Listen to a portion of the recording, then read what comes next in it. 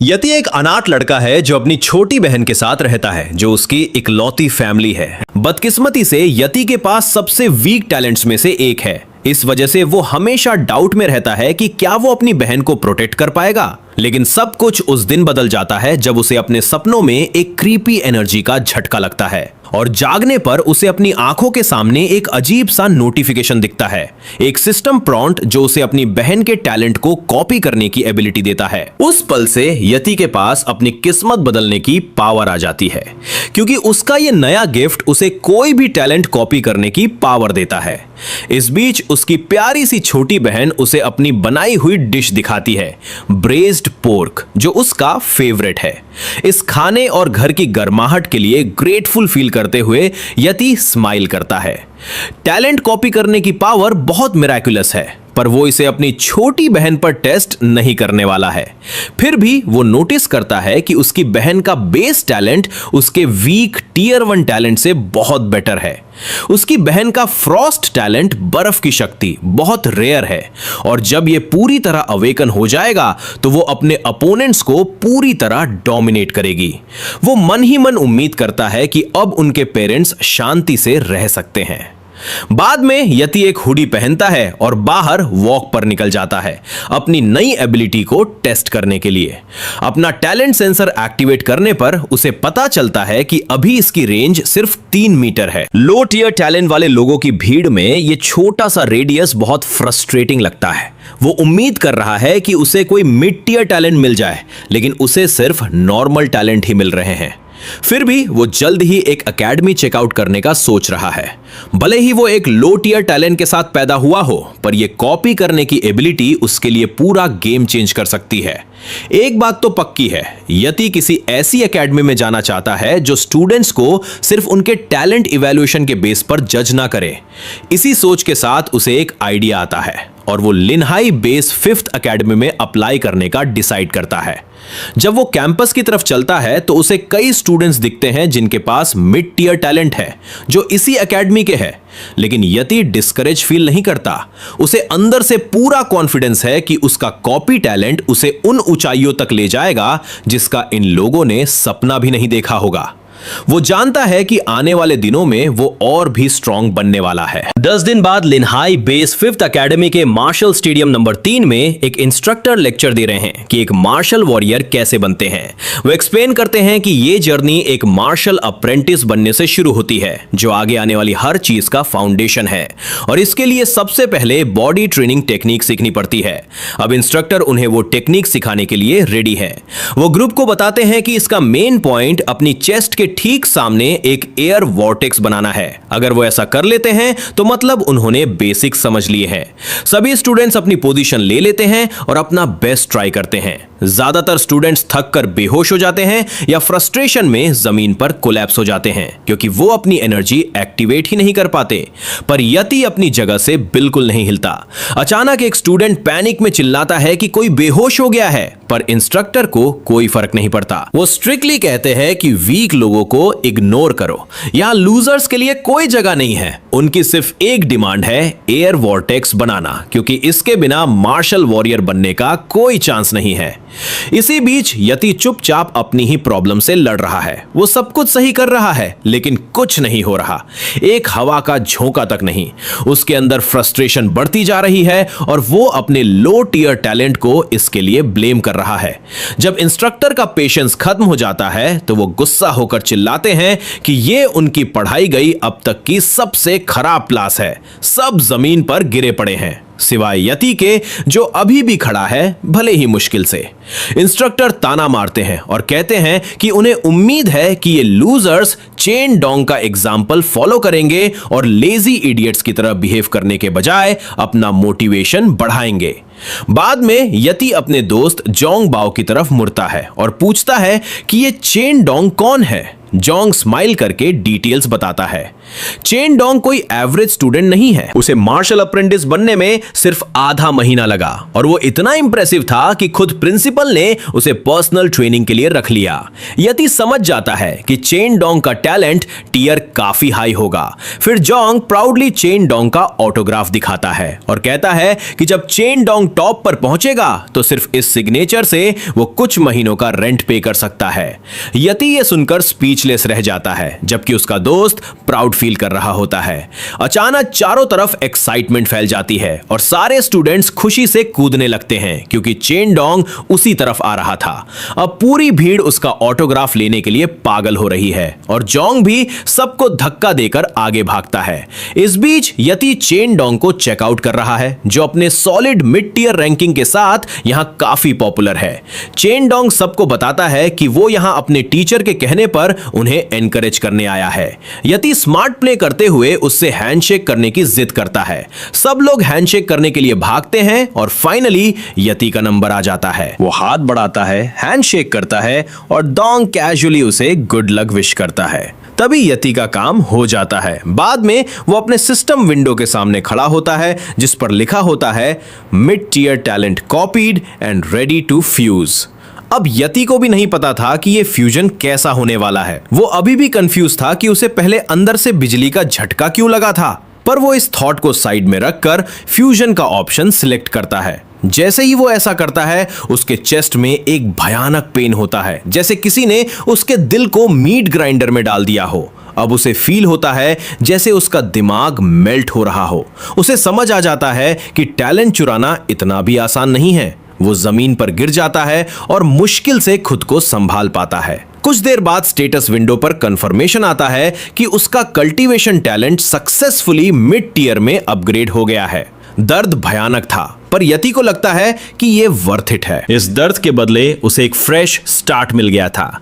साथ ही copy challenge का cool down सिर्फ 30 दिन का है, मतलब टाइम पूरा होने के बाद वो फिर से टैलेंट कॉपी कर सकता है। अब वो अपनी बॉडी ट्रेनिंग टेक्निक वापस ट्राई करने का सोचता है। अपनी पोजीशन लेने के बाद वो एक बार फिर ट्राई करता है और उसकी आंखों के सामने एक छोटा सा टॉर्नेडो बनने लगता है।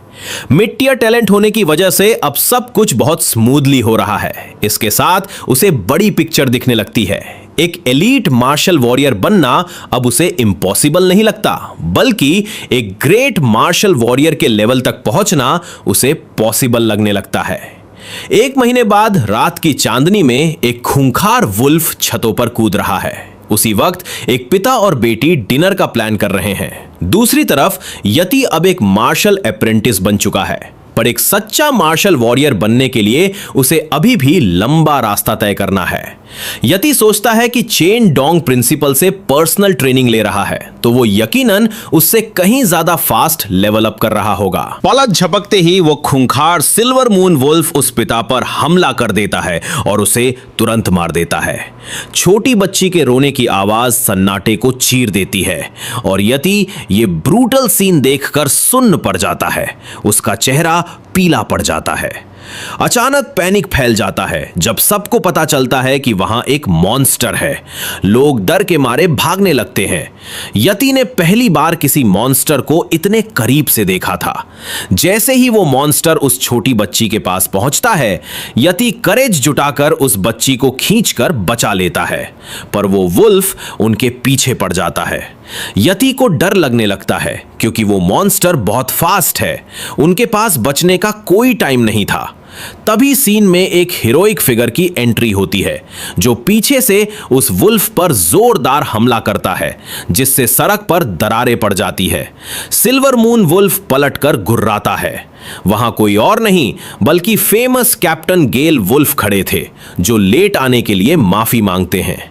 वो यति को ऑर्डर देते हैं कि वो बच्ची को सेफ रखे, जबकि वो उस मॉन्स्टर को हैंडल करेंगे। जैसे ही कैप्टन गेल उस मॉन्स्टर से लड़ते हैं, यति जल्दी से उस बच्ची की आंखें बंद कर देता है ताकि वो ये ब्रूटल सीन ना देखे। कैप्टन गेल लड़ते हुए फील करते हैं कि ये कोई नॉर्मल मॉन्स्टर नहीं है। इसे साइड में फेंकने के बाद भी वो जानते हैं कि इसकी स्पीड बहुत डेंजरस है, पर वो स्माइल करते हुए उस वुल्फ को याद दिलाते हैं कि वो अकेले नहीं लड़ रहे। तभी उनके 3 टीममेट्स आसमान से बिजली की तरह नीचे आते हैं और कैप्टन को बैकअप देने लगते हैं। वो मॉन्स्टर को अपने ब्लेड से मारते हैं। एक पल को लगता है कि मॉन्स्टर मारा गया, लेकिन तभी वो एक भयानक चीख मारता है और उसकी बॉडी से उबलते हुए खून की तरह लाल रंग का स्टीम निकलने लगता है। वो ब्लड बर्स्ट मोड में एंटर कर रहा था। कैप्टन सबको अलर्ट करते हैं कि अब सिचुएशन खराब होने वाली है। तभी वो देखते हैं कि वो मॉन्स्टर शैडोज में छुपकर भागने की कोशिश कर रहा है। कैप्टन गेल डिसाइड करते हैं कि वो उसे जिंदा नहीं जाने देंगे। तभी हवा में पर्पल माना की एनर्जी के साथ एक लड़की एकदम सही टाइम पर एंट्री मारती है, जिसका बो पहले से रेडी था। कैप्टन गेल स्माइल करते हैं, वो इसी आर्चर का वेट कर रहे थे। वो अपना एरो शूट करती है जो सीधा उस सिल्वर मून वुल्फ की गर्दन में जाकर लगता है और वो बीस्ट जमीन पर गिरकर वहीं मर जाता है। कैप्टन गेल जोर से हंसते हैं और कहते हैं कि ये मॉन्स्टर उनकी स्क्वाड से पंगा लेने के लिए बहुत वीक था। उनका एक टीममेट उस लड़की की टॉप टियर स्नाइपिंग स्किल्स की तारीफ करता है। इस बीच यति चुपके से उस मॉन्स्टर का स्टेटस चेक करता है। स्टेटस विंडो दिखाती है कि उस वुल्फ के पास लो टियर ब्लड टैलेंट और नोविस टियर स्पीड टैलेंट था। पेपर पर यह ज्यादा इंप्रेसिव नहीं लग रहा था, पर ऐसे मॉन्स्टर के पास होने पर यह काफी डेंजरस था। वो छोटी बच्ची भी वुल्फ को मरा हुआ देखकर शॉक में थी, लेकिन जब सब नॉर्मल हो रहा होता है, यति नोटिस करता है कि वुल्फ का एक पैर हिल रहा है। कुछ तो गड़बड़ है। जबकि बाकी टीममेट्स रिलैक्स होकर ड्रिंक के प्लान बना रहे थे कि सब खत्म हो गया, कैप्टन गेल के इंस्टिंक्ट्स काम करते हैं। उन्हें भी एहसास होता है कि मॉन्स्टर अभी जिंदा है। बिना टाइम वेस्ट किए वो चिल्लाकर सबको बताते हैं। पूरे गुस्से में वो सिल्वर मून वुल्फ वापस खड़ा हो जाता है और दहाड़ने लगता है। ऐसे मॉन्स्टर्स हार मानना नहीं जानते, वो अपनी आखिरी सांस तक लड़ते हैं। कैप्टन गेल अपनी टीम को पीछे हटने को कहते हैं और कहते हैं कि वो इसे खुद फिनिश करेंगे। तभी कैप्टन यति को वहां से भाग जाने की वार्निंग देते हैं, क्योंकि एरिया अभी भी डेंजरस है। लेकिन यति तो किसी और ही जोन में था। कैप्टन गेल उसे चिल्लाकर जाने को कहते हैं, पर यति इस मौके को अपनी पावर टेस्ट करने के परफेक्ट चांस की तरह देखता है। बिना किसी हेजिटेशन के वो सीधा उस बीस्ट की तरफ बढ़ता है।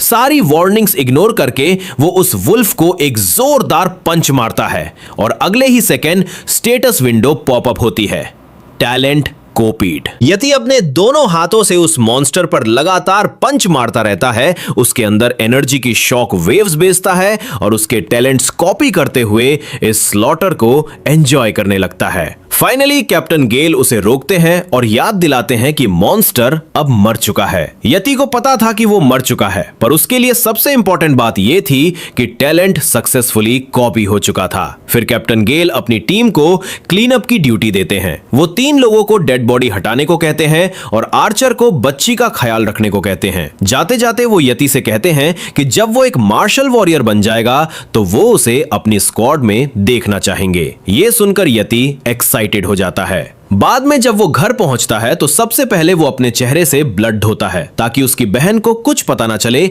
वरना वो बहुत टेंशन ले लेगी। जब वो बाहर आता है तो देखता है कि उसकी बहन गहरी नींद में सो रही है। वो नींद में बिग ब्रो बोलती है, जिससे यति के चेहरे पर एक शांत स्माइल आ जाती है। बाहर शांत रात में जाकर यति रिलैक्स करता है। उसे फील होता है कि आज पहली बार उसने किसी असली मॉन्स्टर का सामना किया।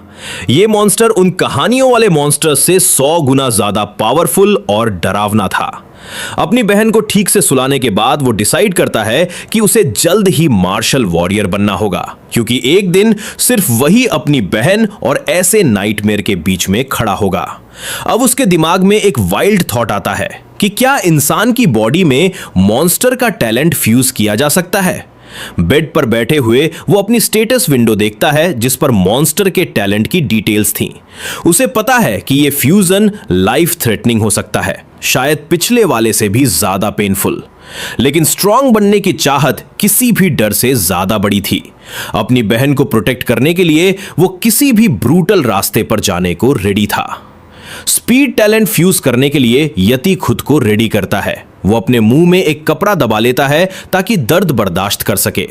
जैसे ही वो फ्यूजन प्रोसेस स्टार्ट करता है, दर्द एक तूफान की तरह आता है। ऐसा लगता है जैसे उसकी मसल्स और बोन्स को टुकड़े टुकड़े किया जा रहा हो। वो दर्द सहता है, पर इस ब्रूटल फ्यूजन प्रोसेस के बीच एक जोर की क्रैक आवाज आती है और उसके पैर की हड्डी फ्रैक्चर हो जाती है।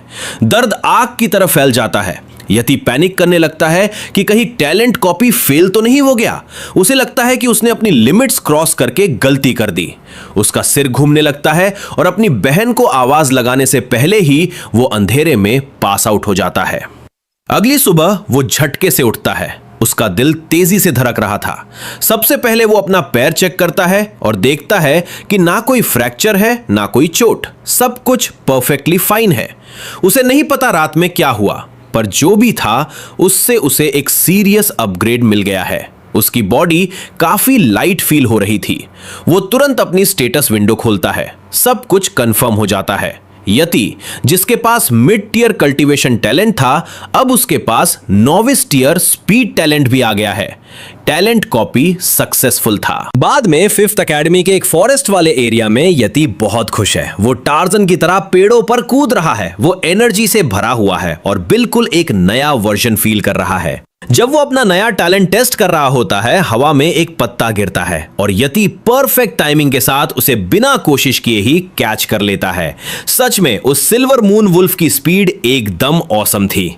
इसके बाद यति अपनी बॉडी ट्रेनिंग टेक्निक की प्रैक्टिस करने की पोजीशन लेता है। उसे लगता है कि उसकी स्पीड तो अब एक मार्शल वॉरियर के लेवल की हो गई है, पर उसकी ओवरऑल स्ट्रेंथ अभी भी बहुत कम है। वो सोचता है कि अगर कल्टीवेशन स्पीड बढ़ाने का कोई तरीका मिल जाए तो मजा आ जाए। तभी अचानक से उसका दोस्त जोंग वहां आ जाता है। वो यति को शोल्डर पर टैप करता है और तुरंत उसमें आए चेंज को नोटिस कर लेता है। जोंग कहता है कि यति अब काफी सॉलिड और स्टर्डी लग रहा है और शर्त लगाता है कि यति ने मार्शल अप्रेंटिस स्टेज क्रॉस कर ली है। फिर वो पूछता है कि क्या यति और भी ज्यादा स्ट्रॉन्ग बनने का कोई तरीका ढूंढ रहा है और सजेशन देता है कि उसे मॉन्स्टर्स का ब्लड पीना चाहिए। जोंग बताता है कि जब से उसने ऐसा करना शुरू किया है, उसकी इंप्रूवमेंट की स्पीड काफी बढ़ गई है। पहले तो यति को यकीन नहीं होता, पर जब उसे पता चलता है कि मॉन्स्टर ब्लड में सच में इतनी पावर होती है तो वो शॉक रह जाता है। यति को थोड़ा रिग्रेट होता है कि उसने उस सिल्वर मून वुल्फ का ब्लड लेने का चांस मिस कर दिया, पर तभी जोंग स्माइल करते हुए कहता है कि उसे एक ऐसा तरीका पता है जिससे मॉन्स्टर ब्लड मिल सकता है, अगर यति इंटरेस्टेड हो। यति को पूरी डिटेल्स जाननी थी। तब जोंग बताता है कि लिनहाई बेस के सीनियर्स ने सिटी के बाहर एक नया वाइल्ड जोन ओपन किया है। इसे एक एग्जाम एरिया की तरह सेटअप किया गया है और एग्जाम पास करने वाले को रिवॉर्ड में मॉन्स्टर ब्लड ही मिलेगा। यति इस वाइल्ड जोन के डेंजर लेवल के बारे में पूछता है और जोंग कैजुअली कहता है कि डेंजर काफी लो है। ज्यादातर मॉन्स्टर्स को पहले ही खत्म कर दिया गया है, बस कुछ बचे कुचे वीक मॉन्स्टर्स ही बचे हैं। ये सुनकर यति डिसाइड करता है कि इसे ट्राई करना तो बनता है। जोंग तुरंत यति को अपनी स्क्वाड में ज्वाइन करने के लिए फोर्स करने लगता है। यति का फेस एकदम ब्लैंक हो जाता है, जैसे उस पर किसी ने पैरालिसिस स्पेल मार दिया हो। उसे ये ऑफर एक्सेप्ट करने में काफी प्रॉब्लम हो रही थी। जोंग शिकायत करता है कि उसने ये टॉप सीक्रेट इन्फो सिर्फ इसलिए शेयर की क्योंकि वो अच्छे दोस्त हैं। यति अपोलोजाइज करता है और कहता है कि वो नेक्स्ट टाइम ज्वाइन करेगा। जोंग उसे ऐसा मना करने पर कोल्ड हार्टेड कहता है, लेकिन सच तो ये था कि यति को टीम अप करना बहुत रिस्की लगता है। उसकी एबिलिटी अभी भी एक सीक्रेट है और इसे रिवील करने से सब कुछ दांव पर लग सकता है। उसे लगता है कि अकेले सब हैंडल करना ज्यादा सेफ है। ये टैलेंट रीपर अब पूरी तरह से फायर्ड अप और डिटरमाइंड है कि वो हर हाल में मॉन्स्टर ब्लड हासिल करेगा और फाइनली मार्शल वॉरियर के रैंक तक पहुंचेगा। एक महीने बाद 5th एकेडमी के मेन ऑफिस में प्रोफेसर गुस्से में पूछते हैं कि क्या किसी ने इन्फो लीक की है, क्योंकि यति ने बिना इनविटेशन के ही एग्जाम के लिए साइन अप कर लिया था। यति हेजिटेट करते हुए सिचुएशन एक्सप्लेन करता है कि वो पहले से ही एक मार्शल अप्रेंटिस है, इसलिए वो रजिस्टर करने के लिए पूरी तरह क्वालिफाइड है। फ्रस्ट्रेट होकर प्रोफेसर उसके सामने एक लाइफ रिस्पॉन्सिबिलिटी एग्रीमेंट फेंकते हैं। भले ही प्रोफेसर चाहते हैं कि ये बच्चे थोड़ी लंबी जिंदगी जिए, लेकिन अगर यति को एग्जाम देना है तो उसे ये साइन करना ही होगा। फिर गुस्से और चैलेंज के मिक्सचर के साथ प्रोफेसर उससे कहते हैं कि अगर उसे मरने से डर लगता है तो वो बाहर जा सकता है। कुछ देर बाद यति ऑफिस से बाहर आता है। उसके चेहरे पर एक हल्की सी स्माइल होती है। उसने एग्रीमेंट साइन कर दिया था। उसके जाने के बाद प्रोफेसर ताना मारते हैं, ये सोचते हुए कि क्या स्टूडेंट सच में मानते हैं कि ऐसे एग्जाम्स उनके लिए बने हैं। अपनी खुद की स्माइक के साथ वो बुदबुदाते हैं कि यति को अपने इस डिसीजन पर रिग्रेट होगा। अगली सुबह यति की छोटी बहन यायु उठती है और अपने भाई को आवाज लगाती है, लेकिन टेस्टी खाने की खुशबू उसे ब्रेकफास्ट टेबल की तरफ खींच ले जाती है, जहां सब कुछ पहले से रेडी था। उसे यति का लिखा एक नोट मिलता है, जिसमें लिखा था कि उसके स्कूल में एक इवेंट है और वो 3 दिन में वापस आएगा। इसे पढ़कर यायु सोचती है कि ऐसा कौन सा इवेंट है जिसमें इतना टाइम लगता है, और वो साइलेंटली अपने भाई की सेफ्टी के लिए प्रे करती है। जब यति लोकेशन पर पहुंचता है तो 5th अकेडमी के स्टूडेंट्स एक्साइटमेंट से भरे हुए थे। वहां 5 बड़ी अकेडमीज के बहुत सारे स्टूडेंट्स आए हुए थे। इसी बीच 1st अकेडमी का मो श्याओ, जिसके साथ उसका बॉडीगार्ड भी था, 5th अकेडमी के स्टूडेंट्स की तरफ एक डिस्गस्टिंग लुक देता है और उन्हें गार्बेज अकेडमी का कचरा बुलाता है। उसका बॉडीगार्ड मजाक में सजेस्ट करता है कि उसे मॉन्स्टर्स के साथ साथ इन इंसानों का भी हंट करना चाहिए, ताकि सारे वीक लोगों का सफाया हो जाए। जोंगबाओ मो शियाओ की तरफ पॉइंट करके यति को बताता है कि वो मो फैमिली की यंगर जनरेशन का सबसे स्ट्रॉन्ग बंदा है। पॉलिटिकल फैमिलीज के एरोगेंस को जानते हुए यति तुरंत समझ जाता है कि शियाओ बस एक ईगो ड्रिवन बंदा है। अचानक एक लड़का अपनी म्यान में रखी तलवार के साथ सीधा 1st अकेडमी के कैंप में घुस आता है। उसकी आंखें फुल डिटर्मिनेशन के साथ शियाओ पर लॉक्ड थीं। स्टूडेंट्स चिल्लाने लगते हैं कि वो उनके कैंप में घुसा कैसे, पर वो लड़का पूरे गुस्से में उन्हें इग्नोर करता है और शियाओ को फेस करने का चैलेंज देता है। वो कहता है कि वो उसे पीस में काटने आया है। ये सुनकर शियाओ बस स्माइल करता है, ये क्लियर करते हुए कि वो इस बंदे को दोबारा पीटने के लिए रेडी है। यदि उन्हें इस तरह आर्ग्यू करते देख क्यूरियस हो जाता है कि आखिर ये बंदा है कौन। गॉसिप किंग जोंगबाओ उसे बताता है कि वो लड़का ली यून किंग है, 2nd अकेडमी का एक जीनियस, जिसे एक बार मो शियाओ ने हरा दिया था। 1st अकेडमी के प्रोफेसर स्टूडेंट्स को डांटते हैं कि वो फालतू पंगे ना ले और याद दिलाते हैं कि ये लोग स्ट्रांग है, इन्हें हल्के में ना लिया जाए। पर यति को कोई परवाह नहीं थी। वो जोर जोर से ली यून किंग को चीयर करने लगता है। ली यून किंग थोड़ा कंफ्यूज और ऑकवर्ड फील करता है, सोचता है कि ये रैंडम बंदा कौन है और उसे चीयर क्यों कर रहा है, जबकि वो एक दूसरे को जानते तक नहीं।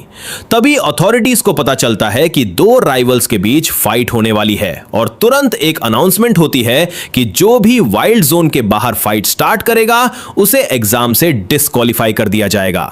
अब कोई चॉइस ना बचने पर ली यून किंग 1st अकेडमी के कैंप से वापस चला जाता है, पर यह प्रॉमिस करते हुए कि वाइल्ड जोन के अंदर जाने के बाद वो अपने राइवल को छोड़ेगा नहीं। शियाओ बस हंसता है और कुछ नहीं कहता। दूसरी तरफ ली यून किंग यति के पास आता है और उसके गट्स की तारीफ करता है कि उसने उसे चीयर किया और उसका नाम पूछता है। जब यति अपना इंट्रोडक्शन देता है तो वो इस मौके का फायदा उठाकर ली यून किंग का टैलेंट भी ऑब्जर्व कर लेता है। वो नोटिस करता है कि इसके पास लो टियर कल्टीवेशन टैलेंट और एक मिड टियर स्वॉर्ड टैलेंट है, जो यति को काफी डिसेंट लगता है। यति सपोर्ट दिखाने के लिए अपना हाथ आगे बढ़ाता है और ली यून किंग को एनकरेज करता है कि वो अपना बेस्ट दे और वाइल्ड जोन एग्जाम में मो शियाओ को पीछे छोड़ दे। ली यून किंग सरप्राइज होकर उससे हैंडशेक करता है और उसे भी गुड लक विश करता है, लेकिन ली यून किंग को यह बिल्कुल नहीं पता था कि यह यति का एक क्लेवर मूव था, जिसने हैंडशेक का यूज करके सीक्रेटली ली यून किंग का स्वॉर्ड टैलेंट कॉपी कर लिया था। जैसे ही एग्जाम स्टार्ट होने की अनाउंसमेंट होती है, 1st अकेडमी के स्टूडेंट्स को वाइल्ड जोन में एंटर करने के लिए बुलाया जाता है। बिना किसी हेजिटेशन के वो सब अंदर भागते हैं। इसी बीच ली यून किंग अपनी टीम को ढूंढने निकल जाता है। वो इस बात से थोड़ा अनॉयड था कि एंट्री अकेडमी के ऑर्डर के बेस पर मिल रही है। उसके जाते ही यति तुरंत एक हिडन स्पॉट पर जाता है, जहां वो सेफली कॉपी टैलेंट को अपने अंदर फ्यूज कर सके। जब वो फ्यूजन स्टार्ट करता है तो एनर्जी का एक पावरफुल सर्ज उसकी बॉडी में दौड़ जाता है, जिससे उसे इंटेंस पेन होता है। भले ही वो पहले भी 2-3 बार इस दर्द से गुजर चुका था, पर वो अभी भी इसके लिए पूरी तरह यूज्ड टू नहीं हुआ था। हालांकि अब वो दर्द को थोड़ा बेटर हैंडल कर पा रहा था। जैसे ही स्वॉर्ड टैलेंट पूरी तरह से फ्यूज होता है, उसके चारों ओर एक स्ट्रॉन्ग इलेक्ट्रिक वेव फूट पड़ती है। अपनी नई पावर को टेस्ट करने के लिए यति पास के उन पेड़ों पर अपनी स्वॉर्ड से एक स्लैश मारता है, जो सालों से वहां ग्रो कर रहे थे, और सिर्फ एक सिंगल स्ट्राइक में वो उन्हें काट कर गिरा देता है। वो खुद स्टन्ड और अमेज्ड रह जाता है। उसकी स्टेटस विंडो तुरंत अपडेट होती है, जिसमें अब mid tier cultivation talent, novice tier speed talent और एक mid tier sword talent show हो रहा था। कुछ देर बाद अनाउंसमेंट होती है कि पहली 4 अकेडमीज वाइल्ड जोन में एंटर कर चुकी है और फाइनली 5th अकेडमी की बारी आती है। 5th अकेडमी के स्टूडेंट्स, जिनमें जोंग बाओ और यति भी थे, पूरे कॉन्फिडेंस के साथ आगे बढ़ते हैं। जो भी सामने आएगा उसे फेस करने के लिए रेडी। वाइल्ड जोन में एंटर करते ही सारे स्टूडेंट्स अलग अलग डायरेक्शंस में स्कैटर हो जाते हैं। यति अकेले ही एक रास्ते पर आगे बढ़ता है, एकदम अलर्ट और कॉशियस रहकर। अचानक उसे फील होता है कि कोई उसका पीछा कर रहा है। बिना एक सेकंड वेस्ट किए वो पीछे पलटता है और देखता है कि एक जायंट स्नेक उसकी तरफ तेजी से आ रहा है। यति हवा में हाई जंप मारता है और पलक झपकते ही अपनी स्वॉर्ड से उस मॉन्स्टर को मार गिराता है। वो स्नेक डेड होकर जमीन पर गिर जाता है। अपने किल के प्रूफ के तौर पर यति उसकी एक आई बॉल निकाल लेता है और अपना फर्स्ट पॉइंट अर्न कर लेता है। इस फाइट के बाद यति को रियलाइज होता है कि ये बीस्ट्स काफी वीक हैं, लेकिन एग्जाम के रूल्स के अकॉर्डिंग जो स्टूडेंट जितने ज्यादा बीस्ट्स मारेगा उसकी रैंक उतनी ही हाई होगी। टॉप पर पहुंचने के लिए डिटरमाइंड यति डिसाइड कर लेता है कि चाहे जो हो जाए वो फर्स्ट प्लेस सिक्योर करके रहेगा। टॉप स्कोरर के लिए रिवॉर्ड में 3 मिड टियर बीस्ट ब्लड और 1 लाख युआन मिलने वाले थे, जो कोई छोटा प्राइज नहीं था। यति जानता है कि आगे का रास्ता लंबा है और इस रिवॉर्ड को अर्न करने के लिए उसे अपनी हंटिंग कंटिन्यू रखनी होगी। अपने स्पीड टैलेंट का यूज करते हुए वो एक बिल्डिंग से दूसरी बिल्डिंग पर जंप करना स्टार्ट करता है ताकि और मॉन्स्टर्स को ढूंढ सके। तभी उसकी नजर अपने दोस्त जोंग पर पड़ती है, जो मॉन्स्टर्स के एक बड़े झुंड से घिरा हुआ था। जोंग डर से एकदम फ्रीज हो चुका था, कांप रहा था और हेल्प के लिए चिल्ला रहा था। वो खुद को डिफेंड करने में पूरी तरह फेल था। जैसे ही एक फैंग्ड वुल्फ उस पर अटैक करने के लिए कूदता है, यति इंस्टेंटली रिएक्ट करता है। वो एक बो उठाता है और परफेक्ट प्रिसीजन के साथ एक एरो फायर करके उस बीस्ट को मार गिराता है। यति को देखकर जोंग की आंखें शौक से फटी रह जाती हैं। अभी भी डरा हुआ जोंग उसे वार्न करता है कि वो इन मॉन्स्टर से पंगा ना ले। वो कहता है कि यति भी इन डेडली फैंग्ड वुल्फ से लड़ने के लिए बहुत वीक है। यह सुनकर यति के चेहरे पर एक स्मार्क आ जाती है और फिर अपनी स्पीड और शॉर्ट टैलेंट्स की कंबाइंड फोर्स के साथ वो उन बीस के बीच एक ब्लर की तरह मूव करता है और कुछ ही सेकंड्स में उन्हें बीच से चीर कर रख देता है। सारे मॉन्स्टर्स के मरने के बाद यति उनकी डेड बॉडीज के बीच एकदम शांत खड़ा रहता है, जैसे उसे कोई फर्क ही ना पड़ा हो। दूसरी तरफ जोंग वहीं फ्रीज खड़ा था। वो इतना स्टन था कि उसके मुंह से एक वर्ड नहीं निकल रहा था। वो जो देख रहा था उस पर उसे बिलीव ही नहीं हो रहा था। सब कुछ अनरियल लग रहा था। मॉन्स्टर्स को फिनिश करने के बाद यति अपनी सोर्ड का यूज करके वुल्फ का फैंग निकालता है और जोंग की तरफ देखता है कि क्या वो इसे अपने पास रख ले, लेकिन जोंग के पास बोलने के लिए कुछ था ही नहीं। यति ने ही उन्हें मारा था तो रिवॉर्ड भी उसी का बनता है। जोंग को बुरी तरह एग्जॉस्टेड देखकर यति पूछता है कि क्या वो इस कंडीशन में भी एग्जाम कंटिन्यू करने का प्लान कर रहा है, पर जोंग पहले ही अपना माइंड बना चुका था। वो कहता है कि उसका एग्जाम हो गया, ये जगह बहुत डेंजरस है और वो लकी है कि बिना किसी इंजरी के जिंदा बच गया। उसके सारे टीममेट्स भी बुरी तरह इंजर्ड थे, इसलिए अब उसकी प्रायोरिटी बस उन्हें सेफली बाहर निकालना है। इससे पहले कि यति आगे बढ़ता, जोंग उसे एक रूमर के बारे में वार्न करता है।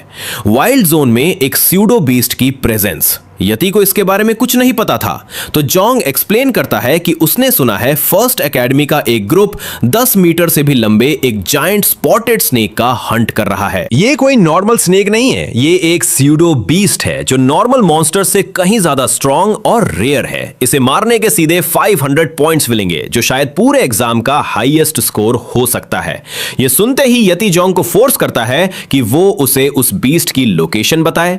थोड़ा हिचकिचाते हुए जोंग बताता है कि वो साउथ ईस्ट डायरेक्शन में है। बिना एक मोमेंट वेस्ट किए यति तुरंत उस डायरेक्शन में डैश करता है। उसे पता था कि अगर उसे वो 500 पॉइंट्स मिल गए तो फर्स्ट प्लेस पक्का उसी का होगा। साउथ ईस्ट पहुंचते ही यति को फर्स्ट एकेडमी की यूनिफॉर्म पहने हुए कई स्टूडेंट जमीन पर इंजर्ड या डेड पड़े हुए मिलते हैं। एरिया स्कैन करते हुए वो पास ही में एक मैसिव इरप्शन नोटिस करता है। वो उस सोर्स को फॉलो करता है और एक रूफ टॉप पर चढ़ जाता है, जहां से उसे वो जाइगेटिक स्यूडो बीस्ट साफ दिखाई देता है जो वहां पूरी तरह तबाही मचा रहा था। मो शियाओ के साथ साथ फर्स्ट एकेडमी के ज्यादातर स्टूडेंट्स उस मॉन्स्टर के साथ बैटल में एंगेज थे, लेकिन यह क्लियर था कि वो क्रीचर पूरी तरह आउट ऑफ कंट्रोल है। शियाओ चिल्ला चिल्लाकर ऑर्डर्स दे रहा था, अपनी टीम को फोर्स कर रहा था कि वो बीस्ट को गिरा दे और 500 पॉइंट्स सिक्योर कर ले। उसका बॉडीगार्ड जो फाइट को क्लोजली ऑब्जर्व कर रहा था नोटिस करता है कि बीस्ट अब थकने लगा है। वो तुरंत शियाओ को इन्फॉर्म करता है कि स्ट्राइक करने का ये परफेक्ट टाइम है। जैसे ही वो आगे बढ़ने के लिए रेडी होते हैं, वो स्यूडो बीस्ट गुस्से में पागल होकर एक इतनी भयानक दहाड़ मारता है कि जमीन फाड़ती हुई शॉक वेव्स निकल पड़ती हैं। मो शियाओ दहाड़ सुनते ही तेजी से जमीन से छलांग लगाता है और डिसाइड करता है कि बाकी का काम वो खुद करेगा। चेहरे पर एक विकेट स्माइल लिए वो अपनी स्वॉर्ड से मॉन्स्टर को फिनिशिंग ब्लो देने के लिए आगे लंच करता है। अगले ही सेकेंड वो अपनी स्वॉर्ड सीधे स्यूडो बीस्ट के सिर में घुसा देता है और वहां से तुरंत ब्लड स्प्लटर होने लगता है। लेकिन इंस्टेंटली मॉन्स्टर अपनी पूंछ से एक पावरफुल वार करता है जिससे शियाओ उसके सिर से उड़ता हुआ दूर जा गिरता है। शियाओ एक बिल्डिंग के पास जमीन पर गिरता है जिससे दीवार में एक बड़ा सा डेंट पड़ जाता है। कुछ सेकंड बाद वो अपना सिर उठाता है और उसके चेहरे पर खुशी साफ दिख रही होती है क्योंकि उसे लग रहा था कि 500 पॉइंट्स अब उसके हो गए हैं। स्यूडो बीस्ट फाइनली जमीन पर कोलैप्स हो चुका था। पास की बिल्डिंग की छत से यह सब देखते हुए यति को रिग्रेट होता है कि वो लेट हो गया।